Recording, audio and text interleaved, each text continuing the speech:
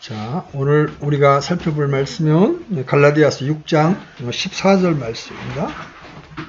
갈라디아서 6장 14절. 찾았으면 우리 같이 한번 읽어보겠습니다. 시작. 그러나 우리 주 예수 그리스도의 십자가에 결코 어떤 것도 자랑할 수 없나니 그분으로 말미암아 세상이 나에 대하여 십자가에 못 박혀 있고 나 또한 세상에 대하여 그러하니라. 아멘. 우리가 지난주에 이어서 한 번 더 세상에 대하여 한 번 더 살펴보려고 합니다. 특별히 이제 오늘 우리가 한번 생각해 보아야 할 질문이 뭐냐면 우리가 무엇을 자랑하는가? 우리가 영광스럽게 여기고 있는 것이 무엇인지를 한번 여러분에게 질문해 보세요.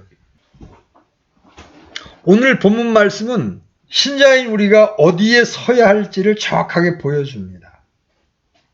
영적인 신자와 육신적인 신자가 다른 점이 무엇인가를 명확하게 보여주는 거예요.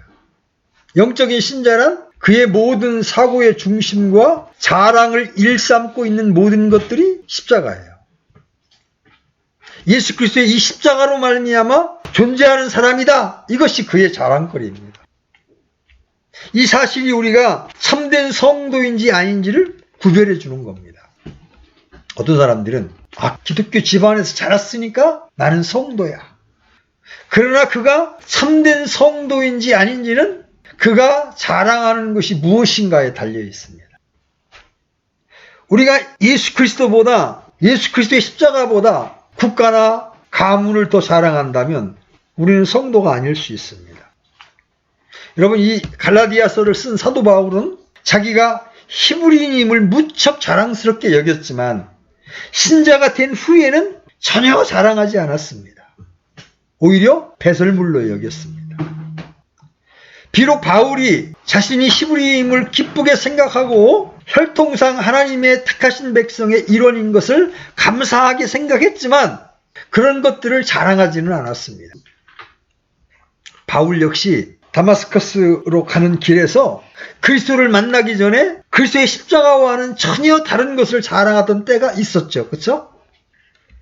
그는 한때 자기가 이스라엘 민족이요, 베냐민 지파요, 히브리인 중에 히브리인이요, 8일 만에 할례를 받은 자라는 사실을 자랑했습니다. 그뿐입니까? 스스로 율법의 지식에는 흠이 없이 완벽하고 많이 배운 고상한 종교적인 인물임을 자랑했습니다. 본인이 스스로 말했죠? 자기는 율법의 의로는 흠이 없는 자라다 그랬어요. 그는 무슨 일이든지 열성적이고 정열적인 사람이었습니다. 그랬던 바울이 우리에게 교훈하는 말씀을 보십시오. 그렇게 자랑 삼아 말하던 것들은 모두 없어져 버렸고 오직 주 예수 그리스도의 십자가 외에는 자랑할 것이 없다고 선언하고 있는 거예요.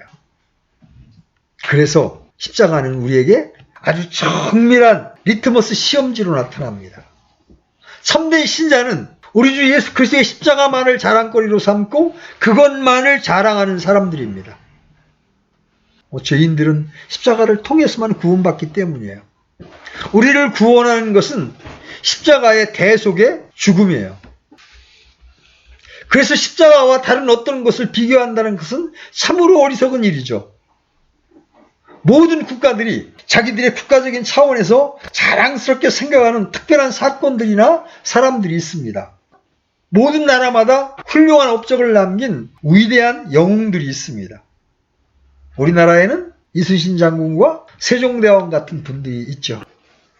사람들은 이런 분들을 존경하며 그들처럼 되어보려고 꿈꿉니다. 그러나 예수 그리스도께서 십자가에 못 박혀 죽으셨을 때에 무슨 일이 발생했는지 그 참된 의미를 깨닫는 순간 자랑 삼아 말하던 모든 것이 물거품처럼 사라져 버린다는 거죠. 우리가 하나님의 아들 예수 그리스도께서 십자가 위에서 비참하게 죽으신 그 의미가 무엇인지를 실로 깨달았다면 세상의 모든 것들은 그 존재 가치가 무의미해지는 거예요. 그래서 우리가 부르는 찬송가 중에도 이런 찬송이 있죠. 세상에 붙은 욕심을 헛된 줄 알고 버리네. 예수님을 만나서 십자가를 정확히 깨달은 사람들이 하는 고백이 이거예요. 그전에는 세상에 대한 욕망으로 살았어요. 그런데 예수님을 알고 나니까 그 세상에 붙은 욕심이 이제 헛된 줄 알고 버린다. 바울은 오늘 본문에서 오직 십자가만을 자랑한다고 말했어요. 그 이유가 무엇일까요?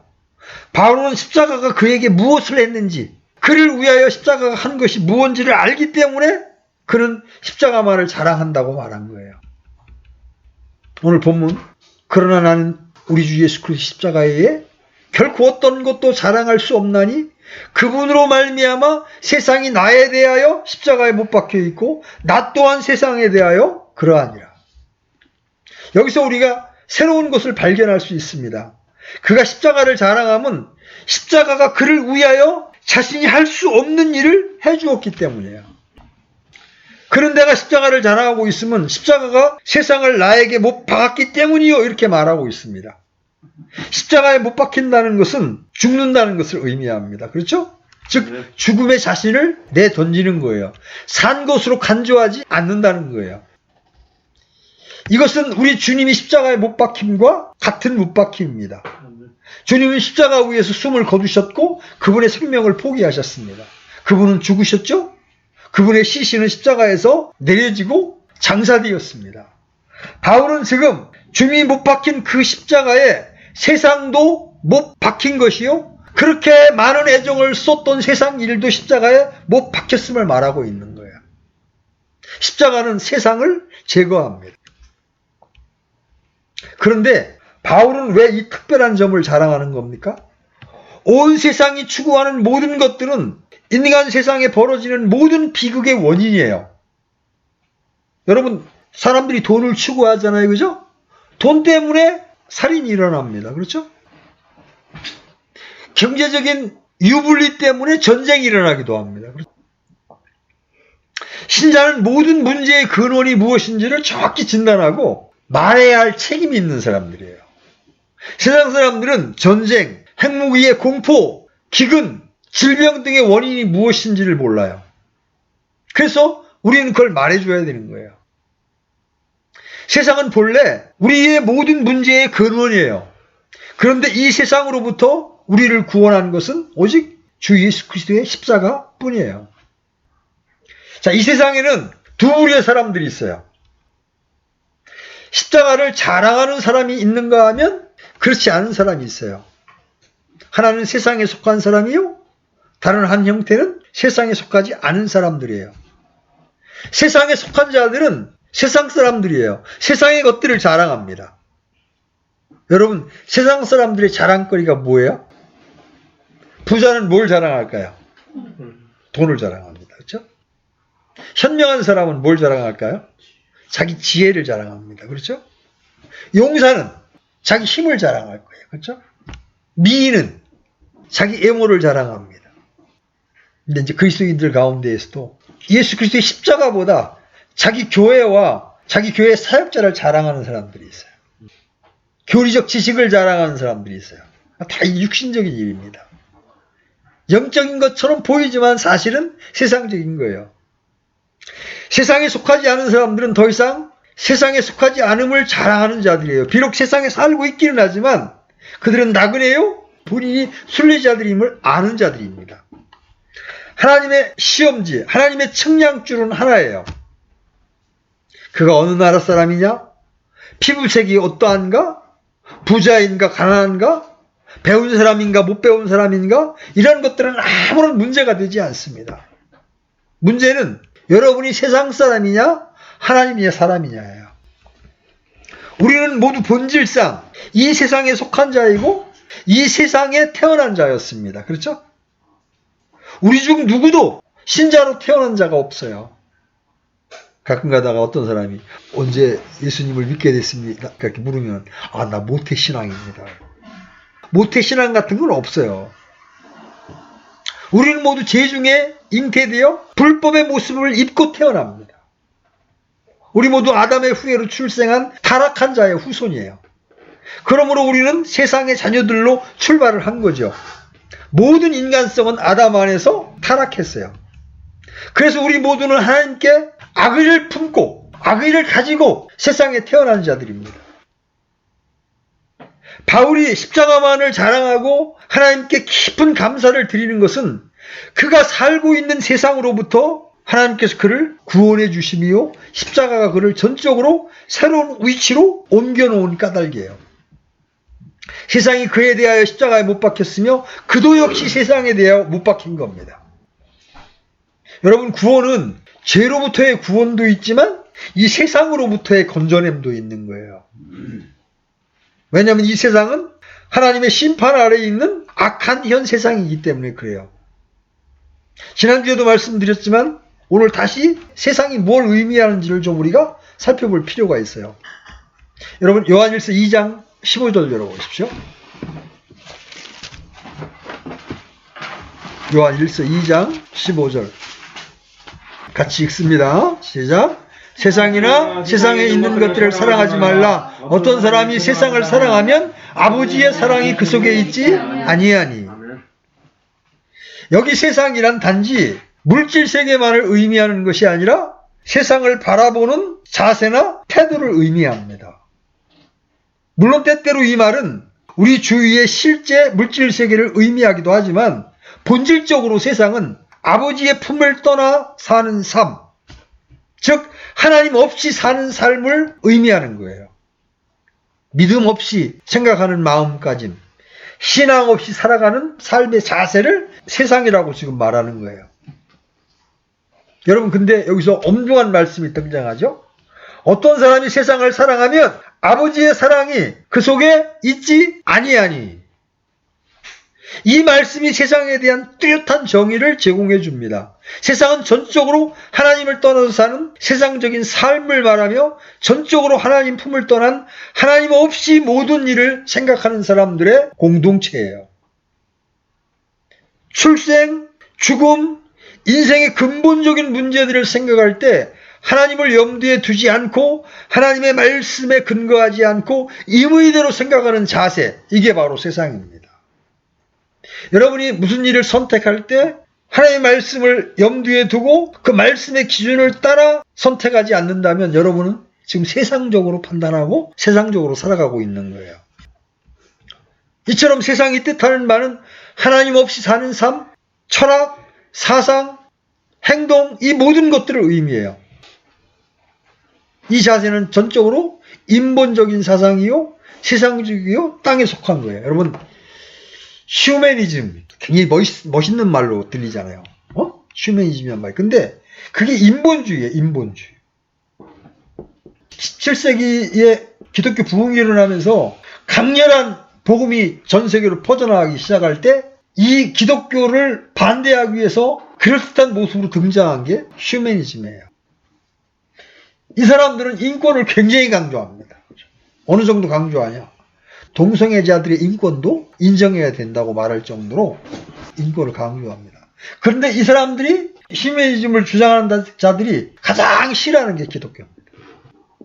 굉장히 멋있고 고상해 보이는데 사실은 기독교를 반대하기 위해서 일어난 인간적인 고상한 운동이에요. 여러분, 휴머니즘이라는 말에 여러분 속지 마십시오. 세상이 가장 교묘한 모습으로 자기를 가장하는 것이 바로 휴머니즘이에요. 바울은 에베소 2장에서 이 세상에 대하여 아주 놀라운 기록을 했습니다. 여러분, 에베소 2장 1절로 2절 한번 열어보십시오.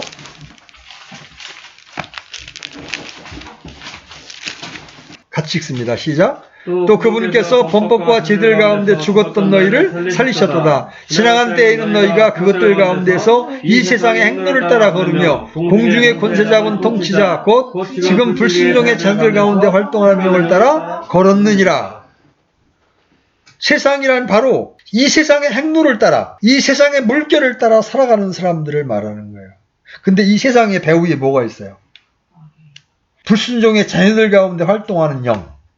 바로 마귀가 이 세상을 지배하고 있기 때문에 그래요. 세상의 물질을 탐닉하는 것만이 세상이 아니에요.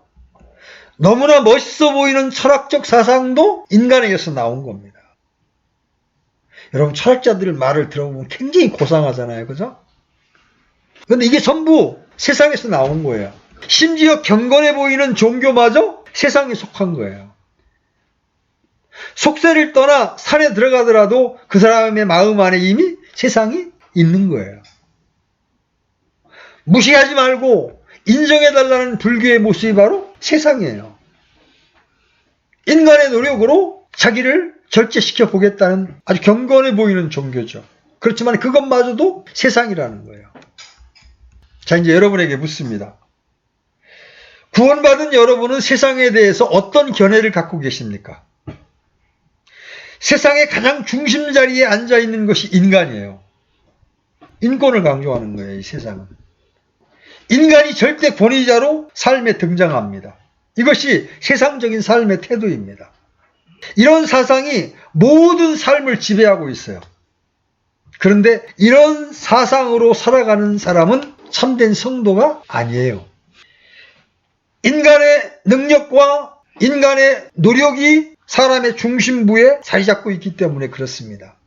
그들은 초자연적인 것들을 믿으려고 하지 않아요. 그런 것들은 없다 이렇게 생각합니다. 기적도 영적인 것도 없다고 합니다.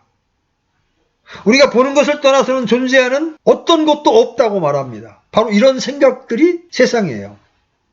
세상은 인간을 우주의 중심에 딱 앉힙니다. 모든 것 위에 놓여진 최후의 말은 인간이란 단어예요. 권위의 권자에 앉아있는 것이 인간이에요. 아, 나는 권위의 자리에 앉아있지 않은데요. 우리 사람들이 그렇게 생각할 수 있습니다. 아니에요. 다 내가 옳은 거예요.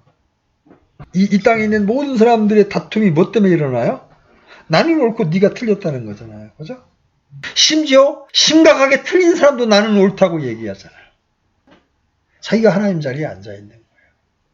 이게 세상이에요. 그러기에 참된 성도는 오늘 본문 말씀처럼 나는 우리 주 예수 그리스도의 십자가에 결코 어떤 것도 자랑할 수 없나니 그분으로 말미암아 세상이 나에 대하여 십자가에 못 박혀 있고 나 또한 세상에 대하여 그러하니라 라고 선언하는 거예요. 바울은 그와 같은 세상적인 사람으로부터 구원받게 된 사실을 자랑하는 거예요. 아까도 말했지만 바울은 구원받기 전에 자랑할 것이 많았던 사람이에요. 율법의 의로는 흠이 없을 만큼 깨끗하게 살았던 사람이니까요. 근데 구원받고 난 다음에 그는 180도 변했습니다. 나는 예수 그리스도의 십자가 외에는 자랑할 것이 결코 없다. 그러면서 예수님으로 말미암아 세상이 십자가에 못 박힌 것을 우리에게 말해줍니다. 지난주에도 말씀드렸어요. 이 세상의 특성들이 뭐예요? 요한일서 2장 16절. 제가 반복해서 2주에 걸쳐 이런 말씀을 드리는 것은 여러분들이 더 이상 세상과 짝하지 말고 이 세상을 거절할 수 있는 신앙을 가져야 된다고 말씀드리기 위해서 하는 거예요. 요한일서 2장 16절. 같이 읽습니다. 시작. 세상에 있는 모든 것, 즉 육신의 정욕과 안목의 정욕과 인생의 자랑은 아버지에게서 나지 아니하고 세상에서 나느니라. 이 말씀을 아주 주의 깊게 읽어야 합니다. 사람들은 두 차례에 걸친 세계 대전, 그죠? 세계 1차 대전, 2차 대전, 비참하게 죽어가는 생명, 피린내나는 학살, 이 모든 것들을 꿈에라도 생각하기 싫어합니다. 왜냐하면 그 참상이 너무나 비참하기 때문에. 그런데 그런 일들이 계속해서 일어나는 원인이 무엇입니까? 성경은 히틀러나 스탈린과 같은 개개인의 범죄 때문이라고 말씀하시지 않습니다. 그 모든 것의 본질적인 원인은 그 어느 누구가 아니라 바로 세상, 그 자체예요. 이 모든 일의 원인은 하나님을 부인하는 자들의 마음가짐 때문이라는 거죠. 자, 요한일서 2장 16절에 제일 먼저 등장하는 육신의 정욕이란 무엇입니까? 욕심에 이끌려 사는 삶을 말하는 거예요. 이성적인 사람은 욕심에 이끌려 살지 않는다고 생각합니다. 하지만 실제적인 문제에 관해 우리 자신에게 정직하게 말해봅시다. 그들은 인텔리답게 순수한 삶을 영위하고 있다고 합니다. 과연 그렇습니까? 신문을 보면 큰 범죄에는 인텔리들이 끼어 있습니다. 안 끼어 있는 적이 없어요. 그들 모두도 다른 사람들과 마찬가지로 욕망에 사로잡혀 살고 있는 자들이라는 거죠. 부러울 것이 없어 보였던 서울시장과 부산시장이 여직원을 성희롱했다는 이유로 그 직을 물러나고 어떤 사람은 생을 마감하기까지 했습니다. 평생 인권을 위해 살았고 그랬던 사람도 자기 안에 있는 이 육신의 정욕을 자제할 능력이 없었던 거예요. 이 심리학자들의 말을 빌리면 욕망이란 어떤 것을 하고 싶어하는 강한 충동을 의미합니다. 인간은 하고 싶어하는 강한 욕구로 가득 차 있습니다. 김주현이는 게임을 하지 않으면 견딜 수 없는 욕망을 매일같이 가지고 있어요. 그래서 우리가 세상의 사람일 때 그 본능들은 자제력을 능가합니다. 자제력보다 본능이 더 큰 거예요. 그래서 자제력을 뛰어넘어서 그 본능대로 행동합니다. 모두가 부러워하는 인텔리들이 남의 가정생활을 파탄의 도가니로 몰아놓고 티 없이 자라는 어린아이들을 무참히 죽이는 일들을 저질릅니다. 가장 지성적인 사람들이 성희롱이나 스와핑을 합니다. 이런 일들은 다 욕망에서 출발하는 거예요. 속에서 불일 듯 일어나는 욕망이 끔찍한 일들을 저지르는 거예요. 강력한 인간의 정욕과 욕심이 끔찍한 일들을 저지르는 것이죠. 인간의 정욕과 욕망이 우리의 이성보다 훨씬 강하게 나타나는 겁니다. 그렇게 하는 것이 잘못인지 알면서도 여전히 그런 욕망에서 헤어나지 못하고 있는 것은 우리가 그 욕망을 사랑하기 때문에 그래요. 요한은 이것을 육신의 정욕이다 이렇게 규정합니다. 이 세상의 사람이 하나님 아버지께서 원하시는 삶과는 전혀 다르게 육신을 위하여 살아가는 것을 의미합니다. 여러분 세상 사람들이 나누는 대화가 뭔지 여러분 자세히 살펴보십시오. 그들이 무엇을 위해 살고 있습니까? 여러분 TV 광고를 보십시오. 얼마나 많은 술 선전이 나옵니까? 그것도 예쁜 탤런트들을 이용해서. 그렇지만 TV의 광고처럼 술을 마시는 것이 진정 인간을 인간답게 만드는 것입니까? 세상 사람들에게는 술 마시는 것이 매우 중요합니다. 그것이 그들의 삶이기 때문에 그래요. 술을 마시고 또 몸에 자극을 주는 것을 먹고 육체의 정욕이 이끄는 대로 따라가며 흥청대는 것이 세상 사람들의 삶이에요. 또 하나 세상의 두드러진 찡이 무엇입니까? 그것은 성적인 욕구예요. 오늘날 이 세대는 성적으로 매우 문란해진 세대입니다. 인류 멸망의 모형인 소돔과 고모라처럼 말이죠. 우리 모두는 여기에서 도피하기 어려운 상황에 처해 있어요. 신문, 방송, 인터넷에서 성적 묘사가 얼마나 노골적인지 모릅니다. 어린아이들이 전부 유튜브에서 그런 것들에 노출되어 있어요. 그들이 왜 그렇게 만들어요? 그래야 인기가 있거든요. 그래야 돈을 벌 수 있거든요. 이것이 바로 육신의 정욕이고 세상 사람들의 삶의 자세예요. 세상의 삶은 한마디로 하나님을 떠나서 사는 삶이에요. 요한은 육신의 정욕뿐만 아니라 안목의 정욕에 대해서도 언급합니다. 안목의 정욕이란 무엇입니까? 이것은 애모나 애관 또는 허례허식을 숭배하는 거예요. 어느 날 주님이 바리새인들에게 이렇게 말씀하셨습니다. 한번 누가복음 16장 15절 한번 열어보십시오. 누가복음 16장 15절.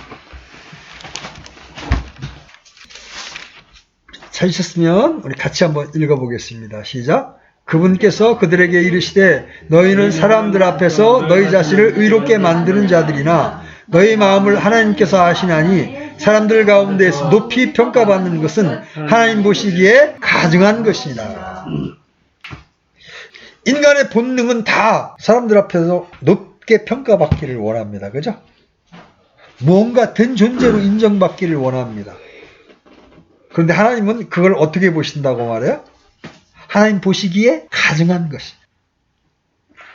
세상은 바깥에 드러나는 것에 치중하는 안목의 정욕에서 벗어나지 못하고 있습니다. 모든 세상이 눈에 보기에 좋은 것에다 관심을 갖고 살아갑니다. 안목의 정욕이 의미하는 뜻은 겉만 번지르르하고 그럴듯하게 보이지만 실상은 속에 아무것도 없는 걸 말해요. 이게 현대인들의 삶의 특징입니다. 여자들 가운데 귀금속으로 몸을 온통 치장하는 분들이 있어요.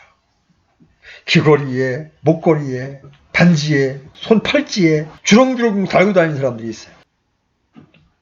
여러분, 그 속에 생명이 없다면 그런 것들로 우리 몸을 치장한들 그게 무슨 의미가 있어요. 그런데도 그게 좋아 보이거든요. 이 안목의 정욕이 발동하면 제가 저거 하고 다니네? 나도 저거 갖고 싶다. 그렇죠? 이게 세상의 특징이에요. 지금 우리가 보는 것들은 우리의 눈을 현혹시키려고 보기 좋게 꾸며놓은 것들일 뿐이에요. 그것은 실제로 아무 의미가 없는 거예요. 머리 염색, 짙은 화장, 값비싼 옷, 애무를 가꾸는 일. 여러분, 상할 대로 상한 영혼은 뒤로 감춰놓고 눈에 보이는 것만 보고 좋아하는, 즉 실제를 보지 못하고 겉모습만 보는 것. 이것이 세상이 하는 일입니다. 부정직한 것이 정직한 것으로 나타나는 세상이에요. 주님은 바리새인들의 이 안목의 정욕에 대해서 이렇게 꾸짖으십니다. 너희의 잔과 대접의 겉은 깨끗하나 너희는 그 속에 무엇이 있음을 보느냐. 껍데기는 깨끗해 보이는데 속은 골마 있다는 거죠. 겉으로는 반들반들해 보이지만 속이 어떠한지를 보지 못하고 있습니다. 그 속에는 온갖 더럽고 추잡한 것들로 가득 차 있어요. 보기에만 멋있으면 속이 어떻든 문제가 되지 않는다는 거예요. 이것이 바로 육신의 정욕이고 관목의 정욕에 이끌리는 삶이에요. 결국 이 두 가지 정욕 다음에는 인생의 자랑이 등장합니다. 그래서 육신의 정욕, 안목의 정욕, 인생의 자랑이 모두 함께 따라다닙니다. 왜냐하면 세상에 공통된 특성이기 때문에 그래요. 사람들은 이런저런 것들을 자랑하며 살아갑니다. 박수갈채를 받기를 원합니다. 신문에 이름이 나기를 열망합니다. 이런 삶이 바로 인생의 자랑이에요. 중요한 인물이 되려고 애를 씁니다. 세상이 이런 인물을 부추깁니다. 이것이 세상의 풍조를 따르는 인간과 그들의 자세에 대한 성경의 진단입니다. 이 모습은 모두 곧 하나님을 떠나서 사는 삶이에요. 이러한 정욕이 세상을 무시무시하게 만들고 있다는 사실이에요. 세상은 갈수록 무법천지로 변하게 됩니다. 여러분, 지금은 국가라고 하는 통제 시스템 때문에 그런 대로 질서가 지켜지고 있잖아요. 근데 예를 들어서 혁명이 일어난 곳이라든가 아니면 어떤 질서 체제가 깨지게 되었을 때 사람들의 모습을 보세요. 미국에서 가끔 어떤 사건이 일어나서 질서가 깨트려지면 어떻게 돼요? 미국 같은 선진국에서도 약탈, 방화가 곳곳에서 일어납니다. 언젠가 그나마 세상을 규율하던 질서가 깨질 때가 올 겁니다. 그러면 무법천지로 변할 겁니다. 왜요? 우리 안에 있는 모든 욕망들이 통제됨 없이 다 쏟아질 것이기 때문에 그래요. 세상적인 삶의 태도는 우리를 언제나 나쁜 길로 인도합니다. 그런데도 이런 욕망들이 우리를 기쁘게 해주니까 그걸 따라가는 거예요. 그런데 보세요. 육신의 정욕, 안목의 정욕, 인생의 자랑이라고 하는 이런 것들은 우리를 질투의 열차에 타게 합니다. 우리는 흔히 우리보다 나은 인생의 자랑거리를 많이 가진 사람을 볼 때 어때요? 기분 좋아요?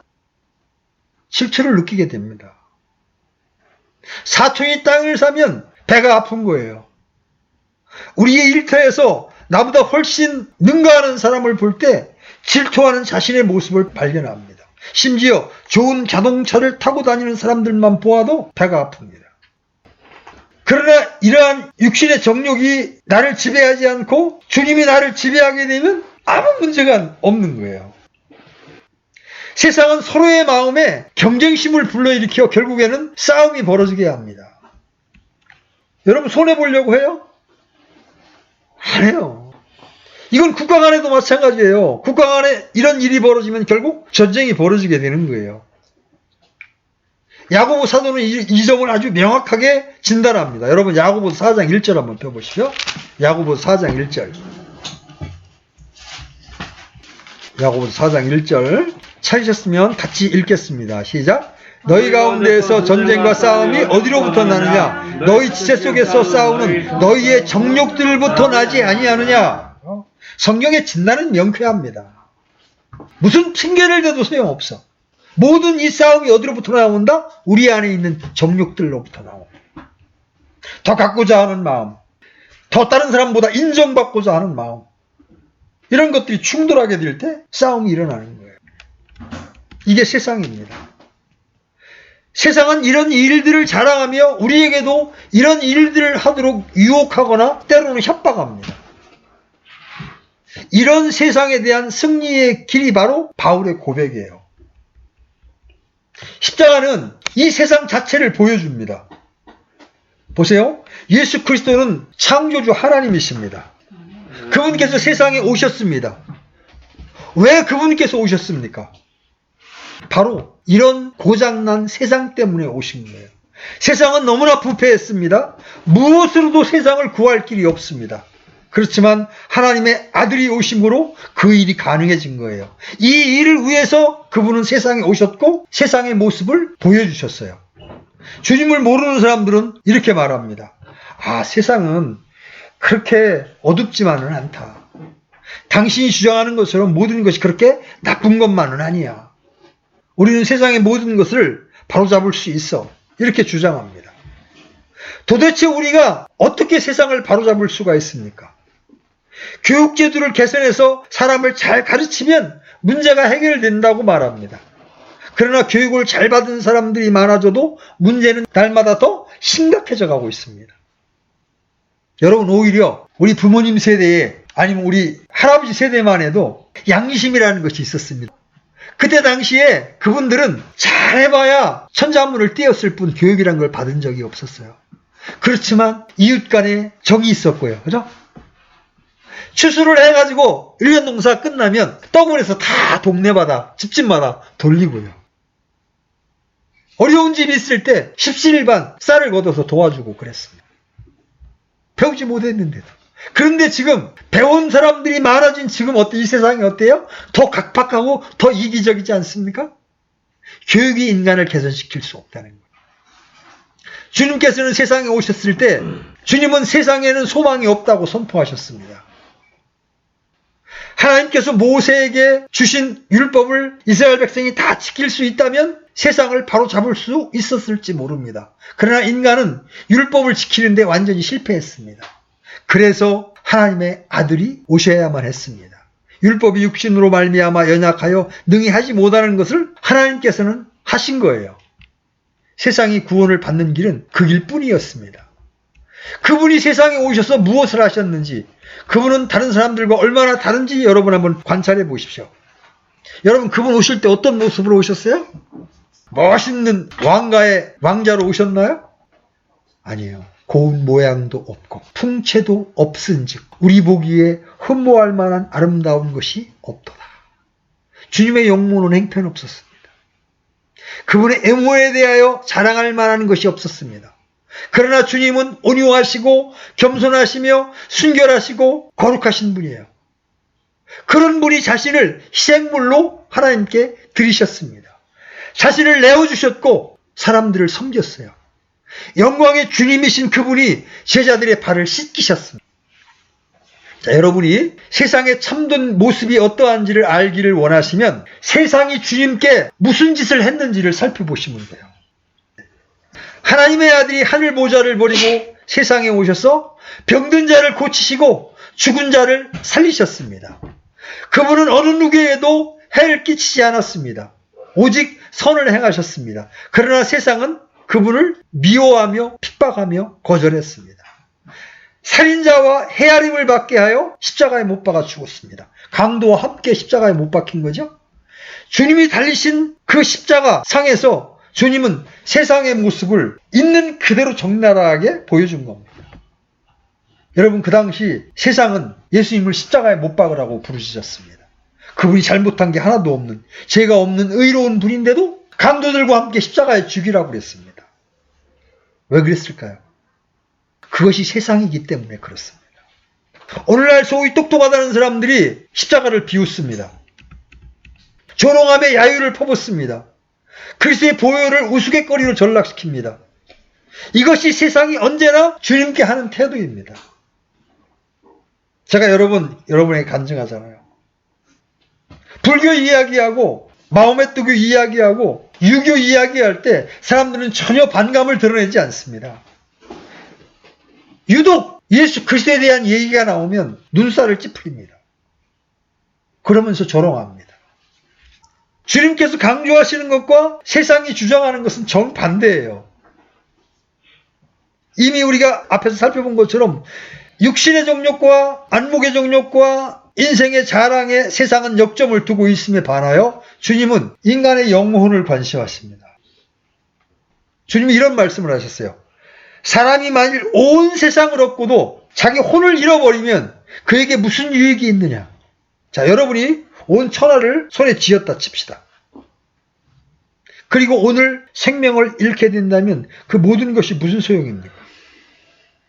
좀 우리 실감나는 얘기를 해봅시다. 대통령에 당선된 날은 그 사람의 인생의 가장 기쁜 날일 거예요. 그죠? 그런데 5년 후에 또는 임기를 마치기 전에 그가 어떤 일로 감옥에 가게 된다면 내가 왜 대통령을 했나? 그렇잖아요? 자, 여러분에게 이제 질문합니다. 주님께서 왜 죽으셨습니까? 바로 우리 혼을 구원해 주기 위해서 죽으신 겁니다. 주님은 이렇게 말씀하십니다. 사람의 아들이 온 것은 잃어버린 자를 찾아 구원하려 함이라. 이 일에 대하여 세상은 아는 것이 없어요. 주님은 세상이 무엇을 위해 살아가는지 그 허위성을 지적해 주셨습니다. 여러분, 제가 복음 전할 때 늘 자주 이야기했던 여러분 누가복음 16장의 부자와 나사로 이야기 기억나시죠? 세상은 부자를 칭찬하고 부러워합니다. 그렇죠? 나사로를 멸시하고 천대합니다. 반면에 하나님은 이 세상에서 멸시받고 천대받던 나사로를 우대하십니다. 이렇게 세상이 우리에게 가르치는 삶의 자세와 하나님과 예수 그리스도께서 가르치는 삶의 자세와는 전혀 다른 것임을 발견할 수가 있습니다. 세상은 그 속에 멸망의 원인을 품고 있습니다. 시한폭탄을 지금 안고 있는 거예요.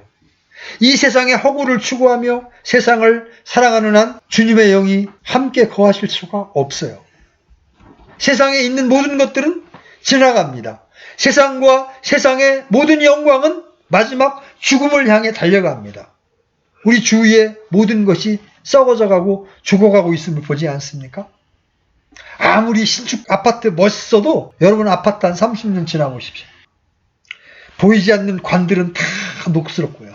나무들은 다 썩어버립니다. 아무리 미모가 뛰어난 여자라 할지라도 80대 보십시오. 다 쪼글쪼글해집니다. 이 세상도, 이 세상에 있는 것들도 지나가는 거예요. 그리고 이 세상 끝에는 심판이 기다리고 있습니다. 온 세상은 악한 자 안에 처해 있습니다. 주님은 십자가를 지시기 전에 이렇게 말씀하셨어요. 이제 이 세상에 대한 심판이 있으니 이제 이 세상의 통치자가 쫓겨나리라. 그분의 죽으심이 이 세상에 대한 심판이라고 말씀하시는 거예요. 세상은 지금 멸망을 향해 치닫고 있습니다. 하나님과 대적이 되는 세상의 모든 것들은 심판을 받아 멸망할 것입니다. 하나님의 아들이 다시 오심으로 온 세상은 심판받게 될 그날이 속히 오게 될 거예요. 주님께 속해 있지 않은 모든 세상은 영원히 멸망을 당할 거예요. 초림 때 주님은 구원자로 오셨지만 다시 오실 때는 심판자로 오십니다. 모든 성경의 간단한 메시지는 세상의 모든 것이 하나님을 대적하는 것이요, 세상은 사람들을 믿으라고 영웅들을 의지하라고 하지만 결국은 심판을 받을 것이고 영원한 불못에 던지우는 저주를 받게 될 것이라는 사실입니다. 이제 여기 여러분은 바울이 왜 십자가만을 자랑하는지 그 이유를 깨달았을 겁니다. 세상의 종말에 닥칠 영원한 심판으로부터 우리 모두를 구원해 줄 것은 이 십자가뿐이에요. 우리 주 예수 그리스도께서 십자가상에서 세상에 속한 모든 인간들이 받아야 될 형벌을 자기 몸소 지셨습니다. 그것 때문에 주님이 죽으신 거예요. 주님은 사람들의 죄악의 짐을 대신 짊어지셨습니다. 자, 이 시간 여러분에게 마지막으로 질문합니다. 이 진리를 깨달았다면 이제 세상으로부터 분리되고 세상의 심판이 임할 때 구원을 받게 될 거예요. 그리스도의 십자가가 이 악한 시대가 받을 심판을 기다리고 있는 운명으로부터 우리를 분리시켜 준 거예요. 이것은 오직 십자가만이 할 수 있는 일입니다. 성도란 무엇입니까? 성도란 바로 이 어둠의 세상으로부터 하나님의 사랑하는 아들의 왕국으로 옮겨진 사람들이에요. 더 이상 세상에 속하지 않고 이제는 그리스도의 왕국에 속한 사람들입니다. 그래서 이제는 세상이 나에 대하여 아무것도 할 수 없어요. 우리는 천국의 시민이기 때문에 그렇습니다. 우리는 세상에 살고 있지만 이 세상에 속한 자는 결코 아닙니다. 여러분, 겉으로 멋있어 보이는 세상, 호화로워 보이는 상품으로 우리를 현혹시키는 세상, 그 모든 것을 손에 쥐고 싶어 했고 갖고 싶어 했던 그 세상, 그러나 지금 주님을 만나 주님을 따르고 있는 지금 그 세상을 보면서 우리도 이렇게 고백해야 합니다. 세상에 붙은 모든 욕심 헛된 줄 알고 버리네. 주님은 세상으로부터 우리를 구원해 주셨습니다. 단지 죽으신 것이 아니라 우리에게 세상의 것보다 더 나은 것을 주시기 위해서 희생하셨어요. 바로 생명 자체이신 성령을 주시기 위한 것이었습니다. 그리고 우리에게 의가 거하는 새 하늘들과 새 땅을 바라보게 하셨습니다. 새로운 우주, 완전한 새 세상, 온 천지에 주님의 영광이 넘치는 새로운 세계를 주시기를 원하십니다. 이를 위하여 주님이 십자가를 지신 거예요. 그리고 그 십자가는 세상을 거절할 능력을 우리에게 주었습니다. 그러하기에 바울은 이 십자가만을 자랑했던 거예요. 여러분도 이 진리를 분명하게 깨닫고 오직 십자가만을 자랑하는